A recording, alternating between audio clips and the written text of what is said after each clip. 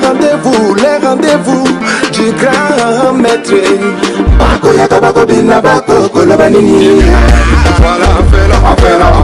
Voilà, fais-la. Welcome back everybody, bonsoir encore et bienvenue au rendez-vous du grand maître. Cette fois-ci nous avons un invité de marque. Lui, il est animateur, présentateur de cérémonie et il est aussi directeur de TAC Communication. Notre invité n'est autre qu'un frère qui habite ici avec nous maintenant, c'est le grand Alino Sekoma. Grand maître, bonjour. Si je voulais laisser ça comme ça pour que toi-même tu puisses te présenter à l'état civil, ne pas que j'ai à le dire. Alors c'est comment Non, le nom à l'état civil. Bon, je vais dire quoi, Traoré Alain Christophe, ça c'est le nom à l'état civil. Et puis le premier nom, le deuxième nom que tu as dit là. Oui, ça tout le monde va prendre Alino Pascal. Sauf s'il y a un autre nom que tu peux ajouter. Non, c'est bon. Si les faits de sang, sinon, il y a du nom de ma femme ici et puis ça c'est gâté. Non.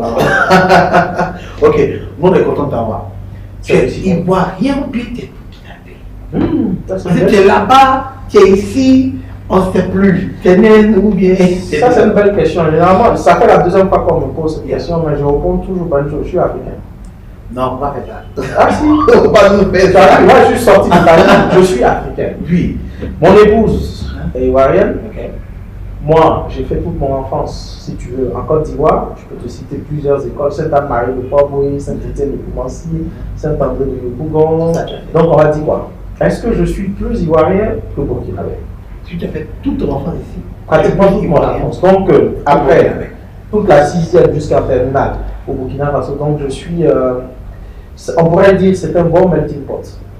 J'ai une femme qui est ivoirienne, j'ai fait toute mon enfance en Côte d'Ivoire, je suis parti faire une partie de mon enfance également, et puis un peu adulte au Burkina Faso. Okay. Ma femme qui est ivoirienne, elle est venue pour faire son job au niveau du Burkina Faso, donc je rencontre une ivoirienne au Burkina Faso, je l'épouse, et puis à un moment je reviens vivre ici pendant 6 mois, je repars au Burkina, donc on va dire quoi? Ivoire au Burkinabé. Ivoire au Burkinabé. Mais il faut dire que j'ai beaucoup de connexions ici. Okay. Beaucoup. Surtout que tu as grandi ici. Voilà. Donc tes amis d'enfance avec qui tu as grandi sont sûrement devenus des hommes importants, oui, avec qui tu gères et tout. Tout à fait. Ce qui est bien. Alors, on sait que très tôt tu as perdu ton père. Tu avais quel âge? Si j'étais en 3e, donc je dirais quoi, 16-17, non, je crois. Non, je ne me rappelle plus trop, 16-17. C'était en Côte d'Ivoire? Non, au Burkina. Et c'était un assassinat? Ouais. Tu peux en parler quand c'est passé? Tu n'étais pas présent? Non. Ça s'est passé dans une autre ville. Moi j'étais au Burkina. On était au Burkina, on était à Ouaga, et je pense que ça s'est plutôt passé du côté de Bobo-Dioulasso. C'est un sujet qui est très difficile à aborder parce que le faisant, c'est tout de suite des émotions qui remontent, c'est pas évident. Et comment tu as pris la chose quand tu as appris ça? Parce que papa qui meurt à l'hôpital, ou normalement comme tout le monde, une maladie ou quelque chose comme ça, un accident, il y a une manière de prendre la chose. Un assassinat, comment tu as pris la chose? Très bien.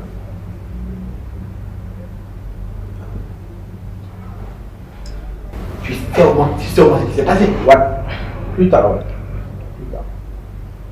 Mais c'est comme je vous dis, c'est des choses très douloureuses. Après ça, tu étais toujours avec maman, la famille, tes frères et sœurs? Oui, bien sûr. Et puisque vous savez, quand des choses comme ça arrivent, vous avez intérêt à rester soudés. Ce n'est pas des choses que vous évacuez comme ça, vous ne mettez pas une année, 2 ans évacués. Vous mettez 10 ans. Parce que vous avez un père qui à un moment qui est un modèle pour vous et qui a ses idées, d'accord, qui n'a pas forcément, qui n'a pas fait de la politique, mais qui a côtoyé les hommes politiques parce qu'il a occupé des postes de responsabilité. Vous êtes dans un pays où juste sur votre avis, on peut vous tuer. C'est exactement ce qui s'est passé. Parce que bon, il n'était pas l'odeur de cet été avec certaines personnes dans leur établissement, tout ça.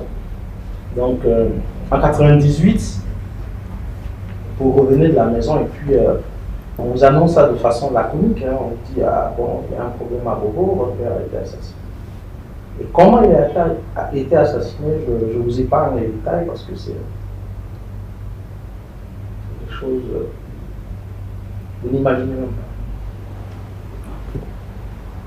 Et là, les cérémonies après, tout ce qu'il y a à faire, funérailles, enterrer papa, avec la famille. Non, il a même demandé de ne pas faire un cérémonial autour. Il a simplement voulu l'enterrement. Donc on a fait l'enterrement et puis ça s'est arrêté là. Mais ça fait 20 ans. Donc il savait. Il était préparé, ouais. Il y a beaucoup qui savaient qu'on les acculait. Hein. Il y a beaucoup qui savaient, et puis ils savaient les risques un peu qu'ils prenaient et tout ça. Sauf vous, les enfants, vous ne savez pas.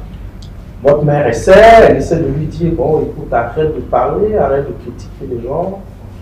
Bon, il y a des hommes qui sont têtus. Hein. Vous avez l'impression qu'ils ont eux-mêmes tracé leur destin et ils n'ont pas peur de mourir. Mais là, tu es jeune. Tu étais jeune. Est-ce que ça t'a forcément affecté pour les rêves de 10 ans, à l'école, dans ta vie même? Comment tu as pu surmonter Si ma mère n'était pas là, peut-être que c'est moi qui serais en train de tuer des gens dans la rue.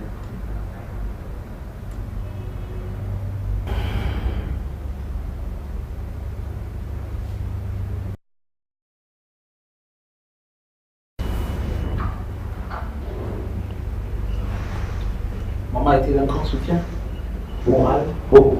tout le temps à côté de nous tous. Beaucoup. Parce que le premier sentiment qui vous habite, c'est la haine. C'est la haine. Vous avez beaucoup de haine. Quand vous êtes jeune, cette haine elle est tellement forte, il faut l'évacuer. Et les frères et sœurs aussi, c'est pareil? Oui, tout le monde. Vous savez, vous avez ceux-là. Vous avez ceux-là qui ont la possibilité d'extérioriser, de gérer. Vous avez ceux-là qui ne disent rien, mais que ça affecte terriblement. Et puis vous avez des gens comme moi qui veulent tout foutre en l'air, qui cherchent à savoir qui sont ceux qui ont fait ça, qui le savent et qui s'apprêtent à ne jamais les rater, en se disant je ne vais jamais les rater. Et puis après, peut-être que vous arrivez à évacuer parce que si vous n'évacuez pas, vous allez faire des bêtises, vous allez faire des choses inimaginables. Et je pense que ma mère a été d'un soutien. Tu les voyais? Oui. Ces gens-là, tu les voyais? Je les ai côtoyés de très près. Je les regardais tous les jours et puis je nourrissais d'une manière ou d'une autre. Comment est-ce que j'allais arriver à les faire autant de mal? Je les voyais tous les jours. Tous les jours. Et quand je dis, qu'est-ce qui s'est passé? Comment tu as pu... Ça va être difficile de laisser tomber. Je pense que...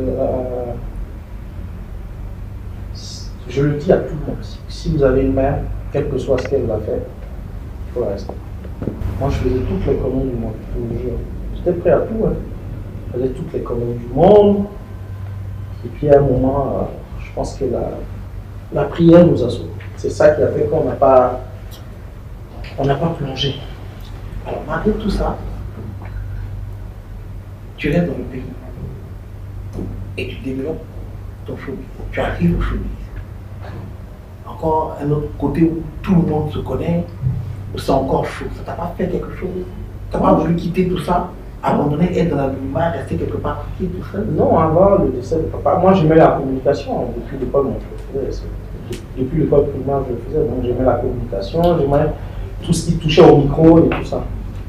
Bon, j'aspirais à devenir journaliste. Parce qu'en son temps, je regardais les lignes entières à la télé, je regardais Je suis pas si vous voulez, c'était des références et tout ça. J'aspirais déjà à ça. Donc je pense que c'est, comme c'est un milieu qui est libre, où il faut avoir un génie créateur, où vous poussez vos limites, où vous rencontrez des gens, où il y a toujours le stress et tout ça. Je pense que c'est un milieu qui m'a beaucoup arrangé parce que je repoussais les limites. Et puis, j'allais là-bas parce que vous aviez le stress et plein de défouloirs. Et ça faisait que vous croisiez les gens. Ça vous permettait d'avoir de la passion. Et quand vous faites quelque chose avec la passion, vous arrivez d'un côté à libérer la haine qui est en vous. Parce que vous voyez, à la mort de mon père, si j'avais gardé cette haine-là, vous savez quoi? Je ne serais jamais marié. Je n'aurais jamais eu des enfants. Je me suis dit une chose, n'éduquez jamais vos enfants dans la haine. Ne vivez jamais avec la haine. Quel que soit ce qu'on a fait à vos parents, ne vivez pas avec la haine. Parce que la haine, c'est comme je vous ai dit, ça vous ronge, ça vous détruit. Et vous finirez par détruire tous ceux qui sont autour de vous. Quel que soit ce qu'on a fait à vos parents. Croyez d'abord en deux justices. Il y a la justice des hommes. Quand elle n'arrive pas à régler votre problème, sachez une chose. La justice divine, là, elle va toujours régler ce problème-là. Vous soyez quelqu'un simplement de bien, de décontracté. Alors comment tu te bats pour ça dans des pays africains où on sait qu'on n'a pas vraiment, c'est pas vraiment la liberté d'expression, même si on dit la liberté d'expression, mais c'est pas vraiment la liberté d'expression. Donc comment tu te bats pour ça? Comment tu fais en sorte que les gens puissent avancer et qu'on plus jamais quelqu'un soit tué comme ça a été dans le cas de papa? Je pense que le Burkina est un pays assez particulier, hein, où les gens arrivent quand même à s'exprimer.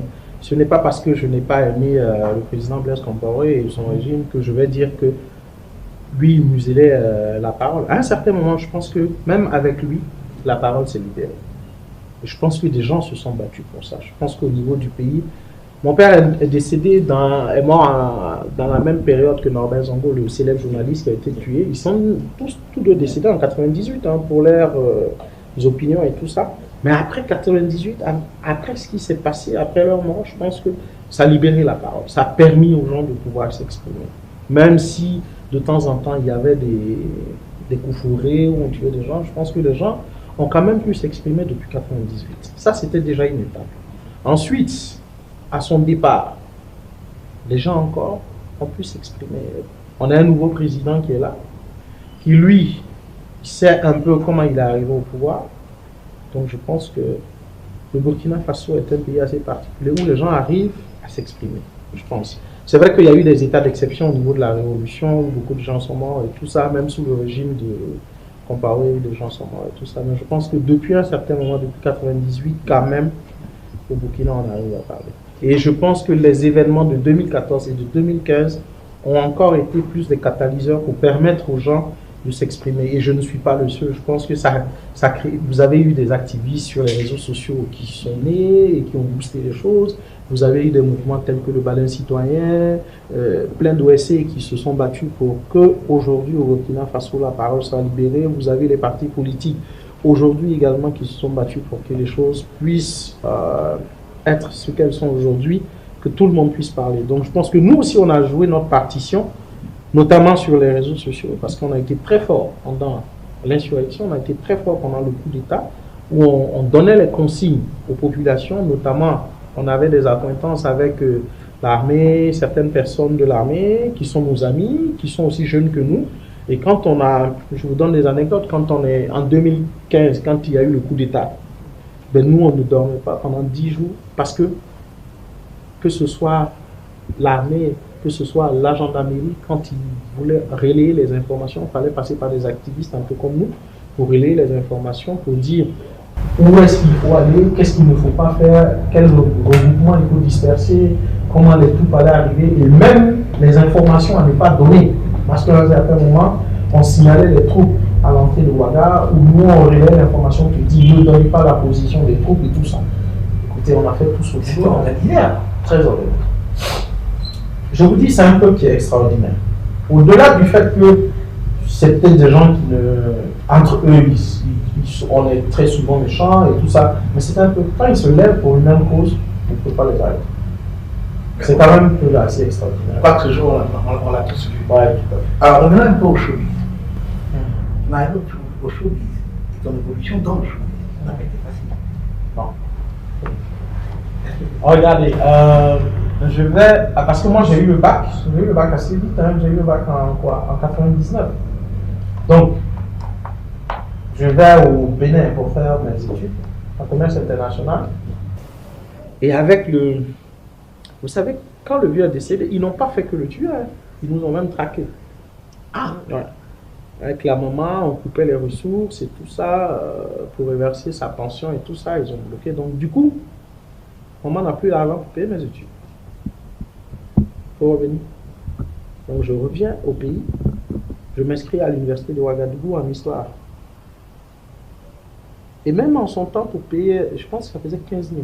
En son temps pour payer, ils avaient tout fermé. La pension du vieux, tous les revenus. C'est comme je vous ai dit, moi j'ai une histoire. Ils avaient tout fermé. Donc du coup, pour avoir les 15 000 pour payer l'université, et moi j'avais des oncles qui étaient même dans ce coup-là, qui avaient tué mon père. Parce qu'il y a d'autres qui étaient chefs d'état-major, je ne sais pas, ces gens-là, aujourd'hui, on voit comment ils sont. Qui n'ont jamais aidé la famille en investissement. Même pour payer l'université de Ouagadougou, 15 000 là, c'était un souci. Je me suis inscrit, je ne sais même pas comment j'ai fait pour payer les 15 000. Et puis après, comme ma passion un peu c'était la radio et tout ça, j'ai croisé un ami, je lui ai dit, bon écoute, moi je vais faire un peu de radio. Comme on n'arrive pas à payer les études, j'ai fait 1 an au Bénin, la deuxième année je ne pouvais pas la faire. Comme on n'arrive pas à payer les études, donc je vais refaire la radio. C'est comme ça qu'on m'a présenté. J'ai un ami qui s'appelle Gérard Kuala, qui est un promoteur qui vit aux États-Unis et tout ça, qui m'a permis de présenter une émission qui s'appelle Hip Hop All Star. C'était en ce moment l'effervescence du hip-hop au Burkina Faso. Donc j'ai présenté une première fois. Et dès la première fois que j'ai présenté, il y avait des promoteurs de radio qui étaient là. On dit, mais ce gars-là, il a quand même quelque chose. Donc on va l'essayer. Et j'ai fait 2 ans dans l'une des plus célèbres radios en son temps. C'est-à-dire que je ne suis même pas passé à l'étape de petite radio pour monter. Non, je suis allé directement dans une grande radio qui s'appelait Wada FM. Et mon directeur en son temps, c'est un célèbre monsieur que vous connaissez, Japes. Donc pendant 2 ans, et on va arriver à... Voilà, je suis resté, il m'a formé pendant 2 ans. Après 2 ans, je suis allé à la télévision, à la RTB, comme chroniqueur d'une émission qui s'appelle Ça se passe à la télé avec Big Ben. J'ai fait 4 ans là-bas. J'ai présenté tellement d'événements. Le premier concert live de Magic System au Burkina. Et donc c'est comme ça que ça a commencé? C'est comme ça que ça a commencé. C'est juste comme ça, hein, juste après l'université. À l'université, bon, tout m'énervait, l'histoire, j'allais aller faire quoi là-bas? On me parle de Magellan qui a fait quoi. On va marquer une pause, on va revenir là. D'accord. Le temps de te laisser souffler un peu. De retour ici, dans le rendez-vous du grand maître avec encore notre frère Christophe Alino. Le titre, j'aime bien. Alino, tu as souffert. Jusqu'au showbiz. Ouais. Et là, maintenant, tu commences à intégrer la partie showbiz. Que tu as la télé, radio et tout ça. Et après ça, qu'est-ce que ça devient? Qu'est-ce que toi, tu deviens? J'ai fait d'abord animation, hein, public, grand public, les shows des jeunes et tout ça. Et l'argent commençait à rentrer aussi. Où ça? La radio, là, j'ai fait 2 ans à la radio, j'étais payé 5 000 par mois. Non. Oui, entre 99 et 2001, j'étais payé 5 000 par mois.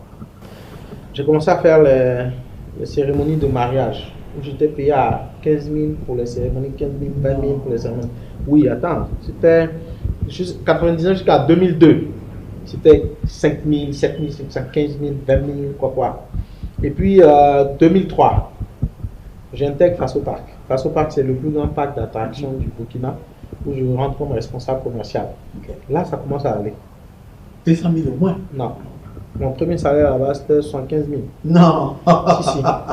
Et c'est dans cette année, en 2003, 24-25 septembre, que je présente le premier concert live de Magic System au Burkina. Premier concert live. Avec le parc d'attraction ou bien?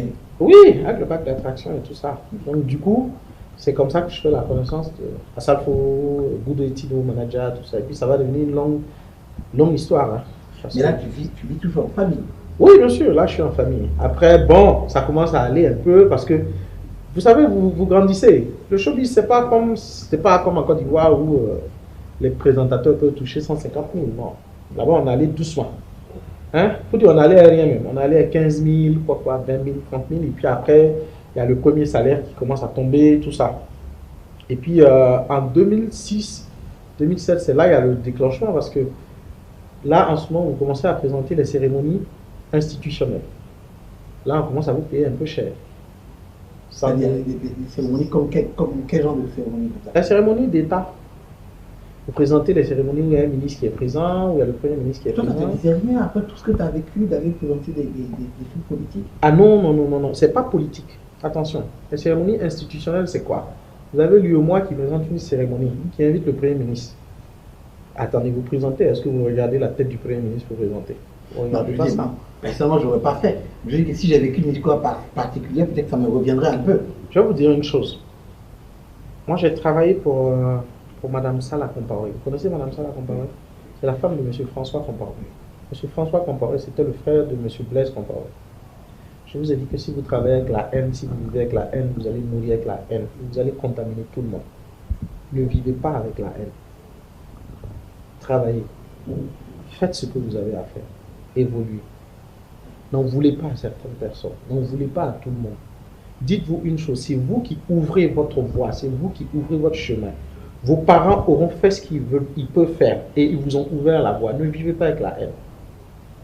J'ai continué à travailler comme si de rien n'était. Je pouvais faire certaines choses, mais j'ai dit non. C'est comme je vous ai dit, ne vivez pas avec ça. Donc du coup, je continue à travailler. Je suis à Face au Parc, je fais mes spectacles et j'aimais beaucoup les enfants. Donc du coup, c'est ça qui me permet aujourd'hui de faire certains dons. Les gens ne savent pas d'où ça vient. Quand je suis arrivé à Face au Parc, j'ai demandé à Madame Compaoré qu'on puisse faire un arbre de Noël pour les enfants défavorisés. Et ça a été fait. Quand on finissait l'arbre de Noël des enfants qui venaient le 25 décembre, qui payaient 1000 francs pour entrer, le 5 janvier, on faisait l'arbre de Noël des enfants défavorisés. On partait chercher dans les orphelinats, dans les quartiers, les enfants démunis et tout ça. Et on organisait un arbre de Noël et on prenait un artiste local au niveau du Burkina Faso et on servait des repas à tous les enfants et des cadeaux à tous les enfants pour qu'ils puissent repartir avec. Donc on l'a fait je l'ai fait pendant 8 ou 9 ans. Et puis après, j'ai créé Ta Communication. Ta Communication. Là-bas, les cérémonies, ça commence à partir de 2010, ça commence à grandir. Vous présentez plus de cérémonies. Les mariages, ce n'est plus. Mais là, t'es connu maintenant. Oui, là, t'es connu. Puisqu'il y a la télé, 4 ans à la télévision, avec ça se passe à la télé. On a reçu tous les invités de marque, du président, jusqu'à. Donc maintenant, ton prix a augmenté. Quand même. 200, 300 000 Non. Millions. Il y a quoi, moi? Non, non, les cachets allaient fort. Hein. Ça commençait à monter quand même. 5 millions. Non, on ne peut pas. Et puis même, il n'y a pas qu'au Burkina que vous présentez les cérémonies. Hein. Vous venez présenter les cérémonies en Côte d'Ivoire, au Mali et tout ça. Les gens payent les billets d'avion pour vous, c'est autre chose. C'est les cérémonies institutionnelles. Vous présentez des cérémonies où le président est là. Je vous donne par exemple un programme qui a été terrible. À partir de 2014 jusqu'à 2017, on va prendre de 2014 jusqu'à 2016, j'ai présenté toutes les cérémonies d'État. Que ce soit les cérémonies d'hommage, insurrection, où on enterrait éventuellement les martyrs de 2014, de 2015. Les attentats, les premiers attentats qu'on a eu au Burkina Faso, au Capuchino, où il y a eu des gens qui sont partis, je les ai présentés. Toutes les cérémonies pratiquement de la transition, je les ai présentées. L'investiture du président Roch, le 29 décembre 2015, je l'ai présenté. Donc du coup, pratiquement toutes les cérémonies. Les cérémonies de clôture d'ouverture de clôture du FESPACO. Tu t'es devenu les Mignonké. Non, pas les Mignonké. Mais la barre est haute. Mais tu es devenu les Mignonké, c'est la même chose. Non, la barre est très haute. Les Mignonké, c'est une icône. Hein. En tout cas, j'ai présenté beaucoup de cérémonies institutionnelles, et puis ça vous fait connaître. J'ai plein de cérémonies, que ce soit les Koundé, les premières parties du Koundé, j'ai présenté. Les Koundé, c'est l'une des manifestations phares au niveau du Burkina Faso après, dont j'ai présenté. J'ai eu plusieurs distinctions pour meilleur animateur, FAMA, j'allais même arriver plein de distinctions. Plein. Le premier que tu avais fait, c'était quoi? Je sais plus c'était quoi. Ah, c'était les 12 personnalités culturelles de l'année. Je pense que c'est les PCA avec un journaliste émérite au Burkina qui s'appelle Hervé Onla. Je pense que c'est le premier prix. Ouais, c'est en 2014, je pense. Ça qui te fait grave. Oui, quand même. Vous vous sentez récompensé après plusieurs années. Hein. Parce que c'est un milieu où il y a de la concurrence. Hein. Et d'abord, pour présenter les cérémonies d'État, attention, c'est du lourd. Là-bas, le protocole d'État ne joue pas. On ne joue pas sur les mots, sur la présentation, comment vous agencez les choses. Parce que quand vous présentez, par exemple, l'investiture que je présente, c'est 10 présidents qui sont invités. C'est le président qui est là. C'est vous qui devez dire au président, Excellence, Monsieur le Président du Faso, veuillez vous lever, veuillez venir à la tribune, inviter le Conseil constitutionnel qui s'assoit, qui vient, qui va porter la grande croix, qui va faire quoi. Après, vous invitez tous les autres présidents, votre président Alassane, le président du Niger, plein de présidents, une multitude, Gabon, Togo. Vous les invitez à venir saluer le président du Faso, c'est lourd. Alors, ton amitié avec Diaprez, oui. comment ça a commencé? C'est mon aîné, hein. C'est mon vieux père. C'est comme on le dit dans le jargon. Diaprez, je l'ai connu, comme je vous ai dit, en 2001. Il est venu regarder un spectacle qui s'appelait Hip Hop World Star en son temps. Oui. Et c'est lui qui m'a remarqué. Il était directeur de Waga FM. Et il a dit à son ami Papus Ismaël Zongo en son temps, le manager de Floby, qui est un grand frère aussi, il a dit il faut prendre le petit, il va venir travailler dans la radio. J'aime bien sa façon de présenter. Donc c'est comme ça, c'est parti. C'est un grand frère, c'est une icône, c'est un exemple. Ça date pas d'aujourd'hui, ça. Bon. Déjà, 2001 à maintenant, ça fait quoi? Ça fait 17 ans que je commence. Depuis, tu es devenu un peu influent sur les réseaux sociaux. Un peu quand même. Un peu quand même. Ça te dit rien les critiques quand les gens critiquent un peu ce que tu fais? Forcément, il y a des injures un peu souvent. Comment tu les prends? Les attaques. Regardez, je fais un comparatif, même s'il n'y a pas à comparer. Quand vous perdez votre père à 16 ans, 16 ans, d'une manière atroce, quand vous vivez dans une jungle, parce que je vivais dans une jungle, il faut tout faire pour ne pas passer de l'autre côté. Je vous explique, quand je vous dis que la haine peut vous envoyer à être voyou, j'ai failli rater ce côté-là, j'ai failli être délinquant. Parce que j'ai voulu faire toutes les conneries du monde à cause des frustrations que j'avais. Quand vous ratez tout ça, quand vous vivez le poids du regard des gens, des enquêtes qui ne sont jamais trouvées, quand vous regardez votre mère qui a allumé une bougie depuis le décès de votre père, qui a posé ça et qui a dit, quand on va les trouver, je vais éteindre cette bougie-là. Quand vous vivez tout ça, puis bon, quand aujourd'hui vous réalisez des œuvres, vous sauvez des malades, vous payez des couveuses, vous aidez un enfant qui est ici, quand vous faites votre publicité à vous-même de ta communication, et puis bon, un gars qui est assis derrière son clavier et qui ne te connaît pas, et puis qui te dit non, ce que tu fais, c'est pas bien, c'est quoi? Donc moi, ça va me déranger. Mieux, tu me connais, tu me suis, tu me regardes, tu peux rien faire. La seule chose que tu peux faire, c'est taper sur ton clavier, c'est tout. Pour moi, je suis devant. Si un jour, on te proposait donc d'être ministre de la Culture, tu acceptes? Non. Pourquoi? Je pas envie. Hey, mais il y a tout ce que tu fais pour la jeunesse. Non, non, non. C'est politique. C'est des postes politiques. On ne vous propose jamais quelque chose et puis c'est pas politique. Si on vous propose, c'est politique. Je ne veux pas faire de politique. La seule politique que je fais, c'est quand je regarde quelque chose dans mon pays qui ne va pas. Parce que c'est ça la politique. La définition de la politique, c'est quoi? C'est critiquer ce qui se passe dans un pays. D'accord? La vie de la cité. Parler de la vie de la cité. Nous, on le fait déjà assez bien sur les réseaux sociaux, sans être véhément, sans être injurieux, sans être des va-t-en-guerre, parce que les gens savent toujours quand une guerre commence, ils ne savent jamais comment ça finit. Demandez aux Ivoiriens, demandez à mon épouse, demandez à ses parents, ils vous diront c'est quoi la guerre. Vous savez, il y a des gens, passez-moi l'expression, il y a des gens qui sont assis avec une grande gueule derrière un clavier, qui ont des propos incendiaires et tout ça. Non, allons à la guerre, allons à faire quoi? Les Ivoiriens ont fait ça il n'y a pas longtemps. Ils ont dit allons à la guerre, allons faire quoi? Ils savent ce que c'est que la guerre. Dites aux Ivoiriens aujourd'hui de repartir faire une seule guerre, même une demi-journée. Ils vous diront jamais. Donc, la politique aux politiciens. Moi, je reste dans mon coin, je gère ma chose, comme je vis. Si ça, moi, j'aime être libre. Je déteste être aliéné. C'est-à-dire que je suis assis dans un bureau, j'ai une patronne, non.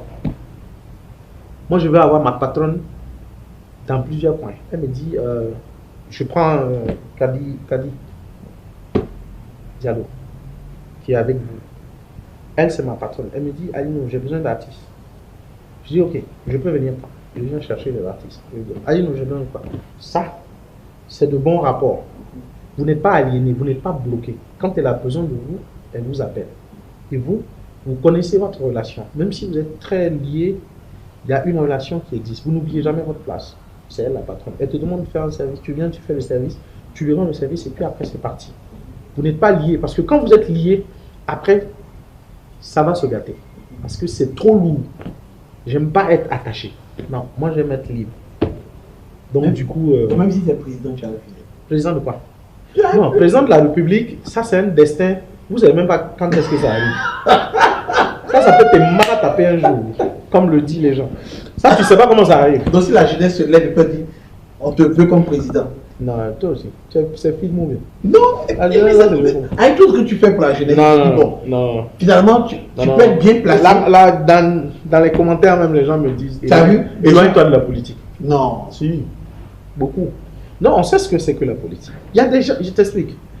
Moi, je dis toujours aux gens, les plus grands imbéciles dans un pays, c'est les gens qui sont assis et qui disent, laissons la politique aux politiciens. C'est pour ça qu'on vous en tue tous les jours. C'est pour ça que vous avez des problèmes tous les jours. C'est pour ça qu'on ne construit pas des hôpitaux. Vous avez laissé la politique aux politiciens. Donc c'est eux qui vous gèrent. Impliquez-vous. Critiquez. Quand il y a des actions qui ne vont pas, parler. Si vous avez le courage, et puis vous n'avez pas honte, parce qu'en politique, il ne faut pas avoir honte. En Afrique, sous nos tropiques, là, vous pouvez aller. Et ça, j'encourage les gens. Ceux qui veulent faire de la politique, allez-y. Créez votre parti. Parce qu'aujourd'hui, ça change. Vous savez, l'histoire de Macron, là, c'est en train de déteindre un peu sur nos tropiques, même s'il y a encore les vieux qui bloquent un peu, mais ça va venir. Là, il y a une génération de politiciens là, qui sera assez qui aura le sens élevé des valeurs et qui va attaquer. Sinon, pour l'instant, la politique, ça ne m'intéresse pas, mais ça ne veut pas dire que je ne suis pas regardant sur ce qui se passe dans la cité. Et actuellement, c'est quoi l'actualité de Alex Christophe?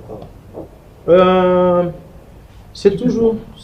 Mais combien ça va animer nos cérémonies? Non, actuellement, on est en train de préparer quelque chose qui est en train de venir. Avec Open App. Non, c'est pas encore. On est en train de mettre les petits plats dans les grands. Mais actuellement, c'est les petits plats là, on n'a pas encore les grands. Donc, je pense que ça va venir. Et puis, bon, c'est toujours les cérémonies que j'organise. C'est toujours faire évoluer ta communication. C'est toujours venir en Côte d'Ivoire, c'est toujours créer des partenariats, c'est toujours demander à ceux qui veulent bosser avec moi de le faire. Les cérémonies, je peux les présenter un peu partout, voilà. Pour toute cette jeunesse qui te suit, qui te regarde, qui t'aime beaucoup, à travers les réseaux sociaux, tout ce que tu as fait, qui te suit, tous les jours qui t'écrivent, quel conseil tu as à lui donner pour finir? Un seul.